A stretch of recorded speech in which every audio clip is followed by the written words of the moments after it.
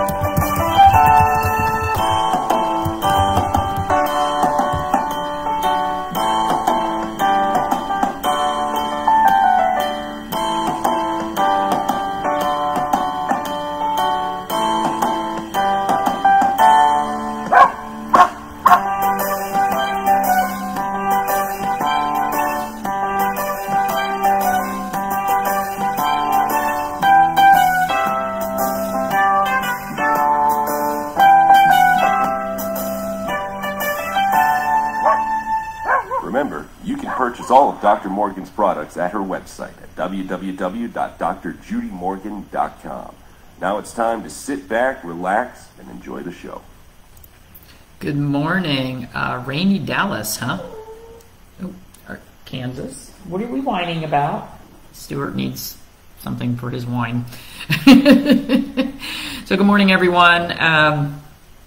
I'm getting a little better about getting closer to where our final time slot's going to be. I don't know, maybe 10 a.m. instead of 8 a.m. on the East Coast here. Yeah, I don't know. I think it might be a little better for the folks on the West Coast to have to, listen to us at 7 a.m. instead of 5 a.m.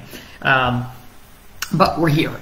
And it just takes a while. We've got 34 animals to feed in the morning and care for and clean, and it takes a little while to get all that done. So I was thinking about Gwen found a video that I had done a couple of years ago talking about kind of my journey and my mission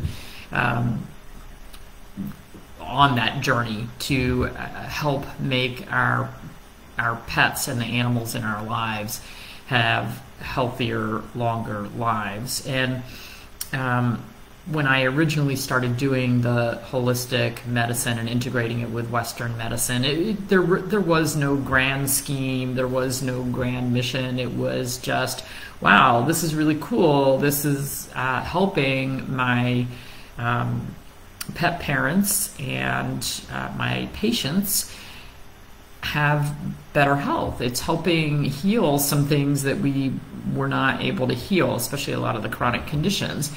And I didn't start out with this grand scheme, and it's grown slowly over time. And so, I don't know, somewhere 10 years into that, when I started doing, when Facebook became popular, and I said, everybody remember MySpace and some of the things we used to do before?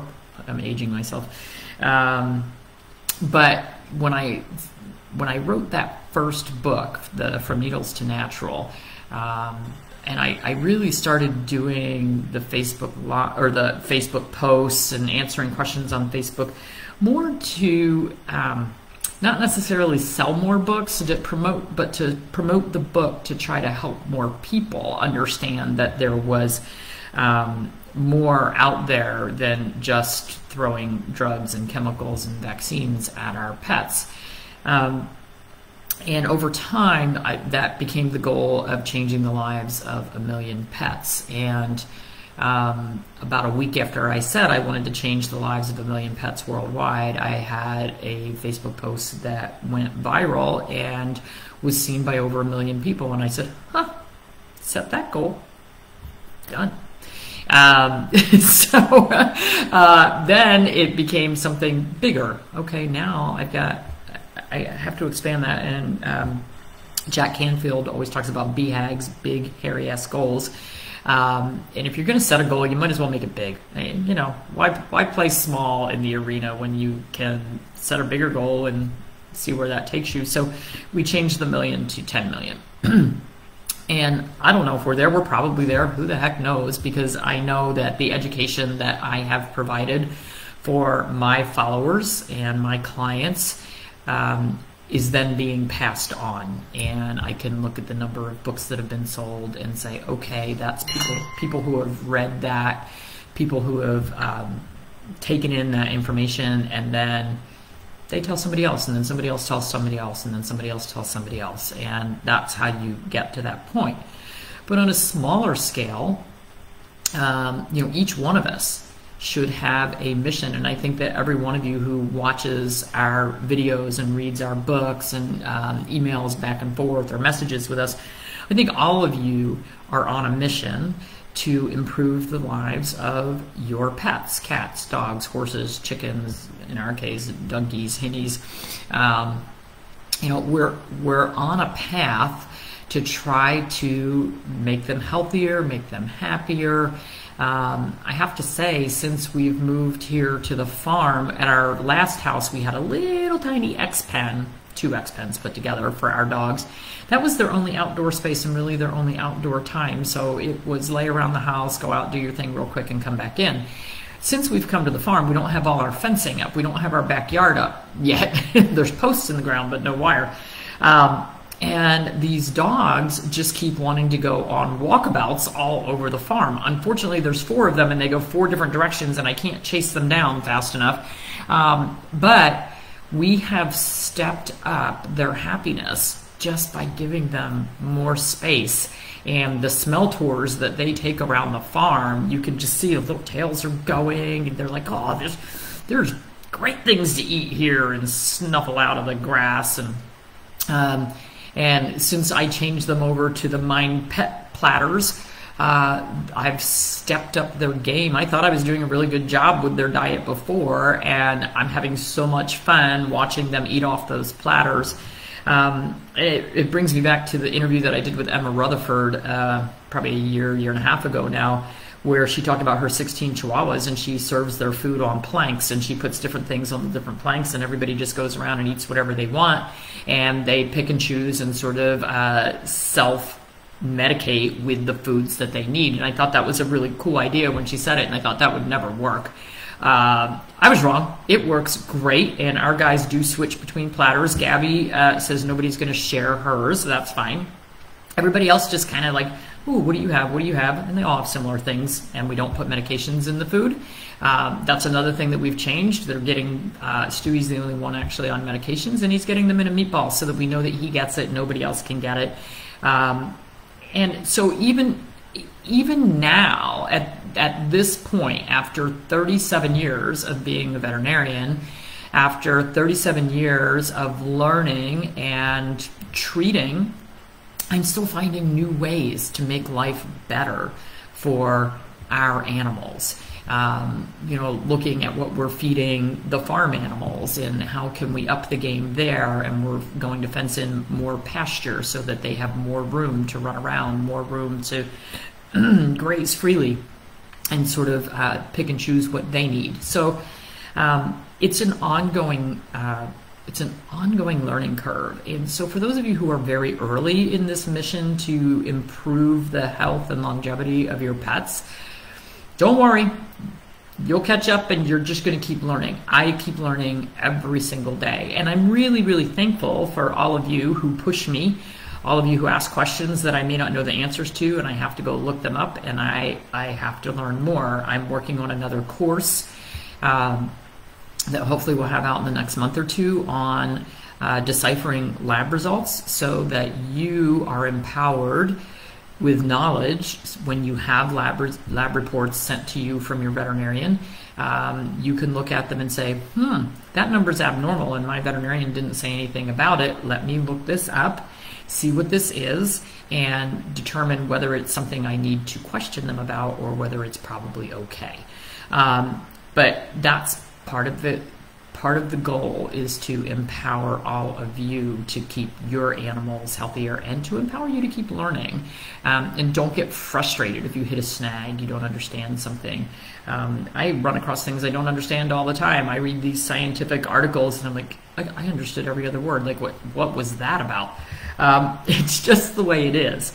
So never stop learning, and your mission may be just, look, I love this cat more than anything in my life, and I am going to do everything I can to make that cat happy. By the way, the herb gardens for the kitty cats, oh man, did that make them happy. So, make a short list. This is what I want to learn. That's what I had to do when I started learning holistic medicine. I had to pick and choose. I couldn't learn at the beginning. I was like, I'll learn it all. Nope, can't do that. So pick and choose. Are you more focused on their nutrition? Are you more focused on their mental well-being? Are you more focused on their job?